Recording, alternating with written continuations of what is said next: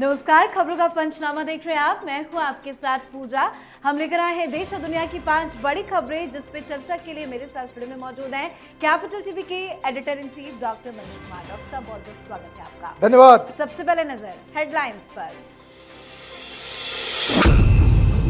PM Modi चीन और Japan दौरे पर रवाना। एससीओ शिखर सम्मेलन में लेंगे हिस्सा। जिनपिंग और पुतिन से होगी द्विपक्षीय बैठक। पीएम के दौरे को लेकर पूरी दुनिया की नजर। ट्रंप के टैरिफ पर भारत ने शुरू कर दिया एक्शन। जापान, जर्मनी, फ्रांस और इटली समेत 40 देशों संग मिलकर बना रहा प्लान। तो टैरिफ पर अमेरिका के सांसदों ने ही ट्रंप की लगा दी क्लास। बिहार में बुरे फंसे राहुल गांधी। यात्रा के दौरान मंच से पीएम मोदी को गाली देने के मामले में एफआईआर दर्ज। भीड़ ने पार कर दी थी मर्यादा की सारी हदें। सुबह जानकी मंदिर भी पहुंचे थे राहुल गांधी। बिहार में एनडीए की सीट शेयरिंग का फॉर्मूला फाइनल। जेडीयू 102, बीजेपी 101 और चिराग की पार्टी 20 सीटों पर चुनाव लड़ेगी। साथ ही हम आरएलएम को 10-10 सीटें। संबल डेमोग्राफी में बड़ा बदलाव। हिंदू आबादी में 30% की गिरावट। न्यायिक आयोग ने सीएम योगी को सौंपी 450 पन्नों की रिपोर्ट। खबरों की शुरुआत में सबसे पहले बात पीएम मोदी के विदेश दौरे की। प्रधानमंत्री नरेंद्र मोदी जापान और चीन के दौरे पर रवाना हो गए हैं। वो इस दौरान राजधानी टोक्यो में 15वें भारत जापान शिखर सम्मेलन में हिस्सा लेंगे।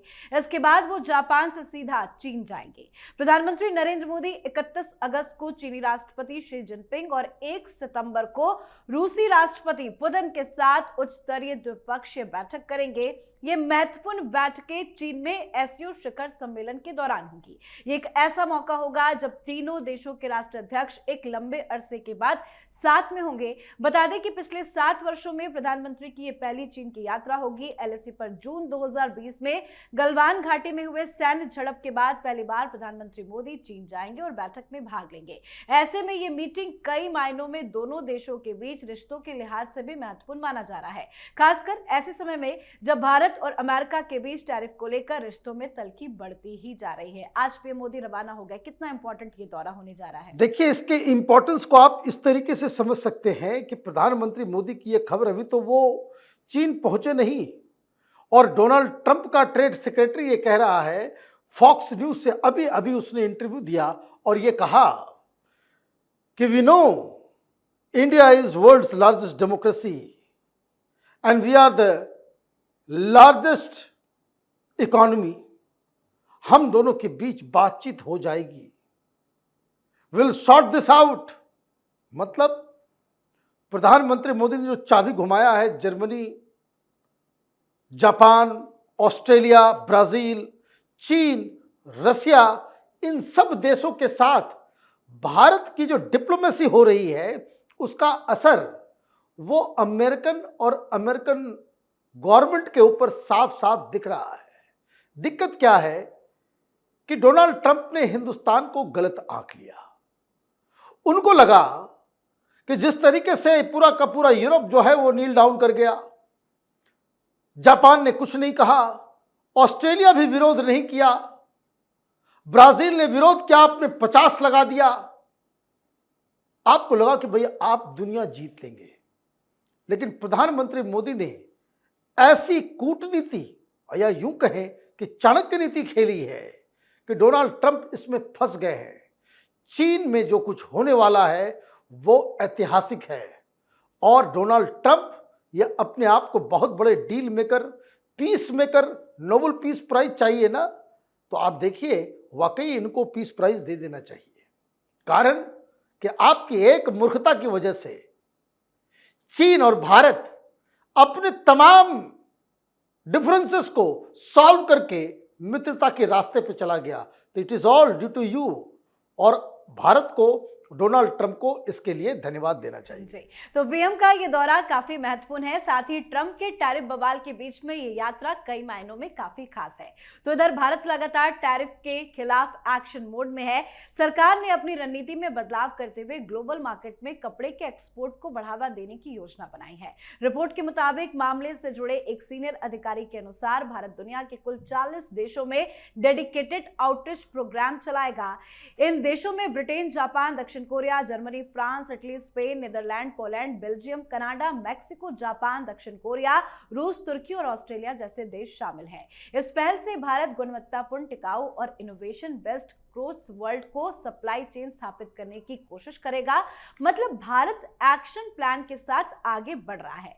साथ ही ट्रंप का उनके ही देश में खुलकर विरोध हो रहा है। ट्रंप की तरफ से भारत पर टैरिफ लगाने का डेमोक्रेट्स ने विरोध किया है। डेमोक्रेट सांसदों का कहना है कि रूसी तेल खरीद को लेकर भारत को निशाना बनाना गलत है। उनका मानना है कि इससे अमेरिका भारत के रिश्ते में जो सुधार आया था उसको नुकसान पहुंच रहा है। भारत तो लगातार टैरिफ के खिलाफ एक्शन ले रहा है, लेकिन ये क्या डेमोक्रेट सांसद ही ट्रंप का विरोध कर रहे हैं? देखिए, सांसद विरोध कर रहे हैं। आज अभी खबर आई कि एफबीआई और सीआईए के जो चीफ रहे 2021 से 2025, अभी जो रिटायर जो किए हैं, उन्होंने एक पब्लिक चिट्ठी लिख दी, डोनाल्ड ट्रंप की ऐसी की तैसी करवा दी पूरा।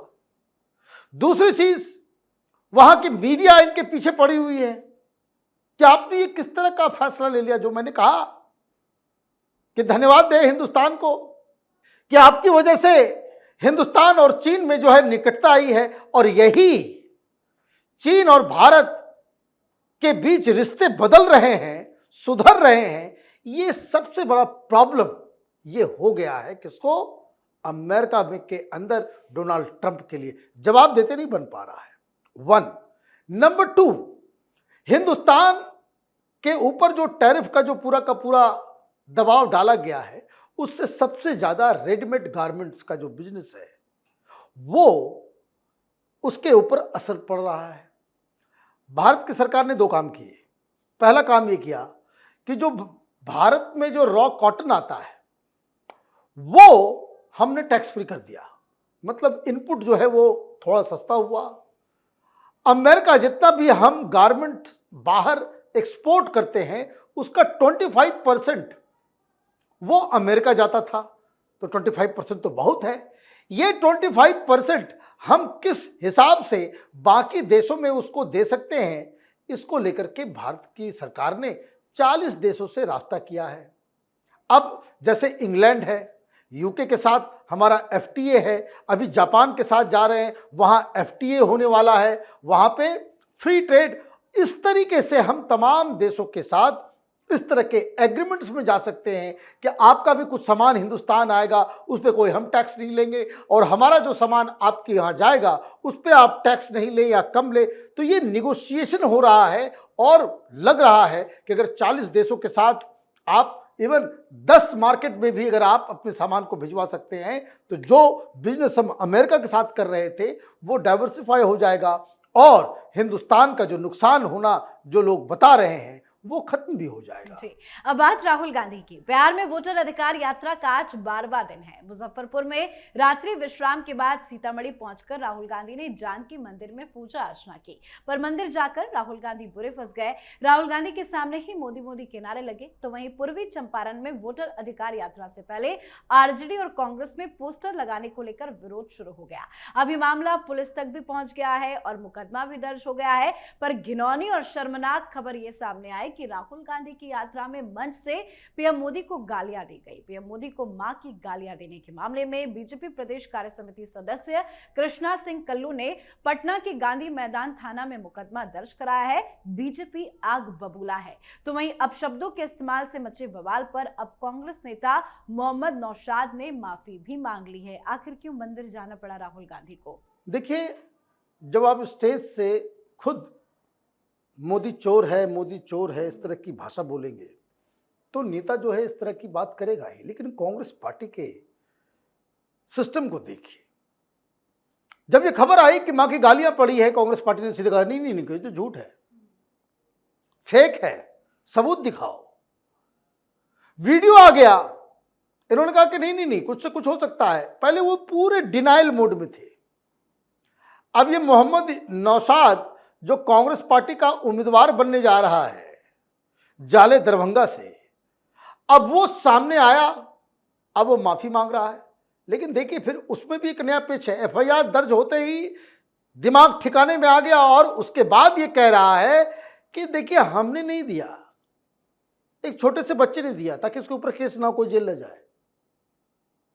सारा दिमाग कांग्रेस पार्टी को ही है, दुनिया में और कोई नहीं है। एक तो आपने डिनाई किया, वो गलत की। इस पे राहुल गांधी को सामने आकर के माफी मांगनी चाहिए थी। यात्रा उनके चेहरे पे की जा रही है। ये जो कुछ भी घटनाएं घटेगी उसके लिए राहुल गांधी जिम्मेदार होंगे। लेकिन राहुल गांधी की चुप्पी है। क्यों?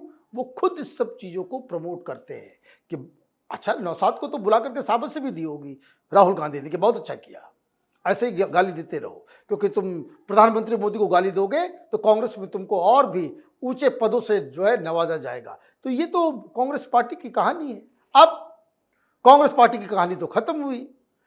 ये मोतिहारी के पास पूर्वी चंपारण में वहां जो है चल रहा है मारपीट।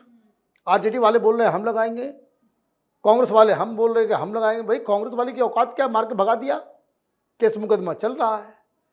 अब तीसरी चीज, जाना था उनको पुनौरा धाम जहां मां सीता का जन्म स्थान है। वो मंदिर नहीं गए, दूसरे मंदिर में गए। क्यों नहीं गए? वो इसलिए नहीं गए क्योंकि वहां पे अयोध्या की तरह, जो अयोध्या में प्रभु श्री राम के जन्म स्थान की तरह, वहां माता सीता के जन्म स्थान पे भी वैसा ही भव्य मंदिर बनने वाला है। कुछ दिन पहले इसकी घोषणा की गई है। तो वो बड़ा मंदिर बनने वाला है वहां पे, इस वजह से वो नहीं गए।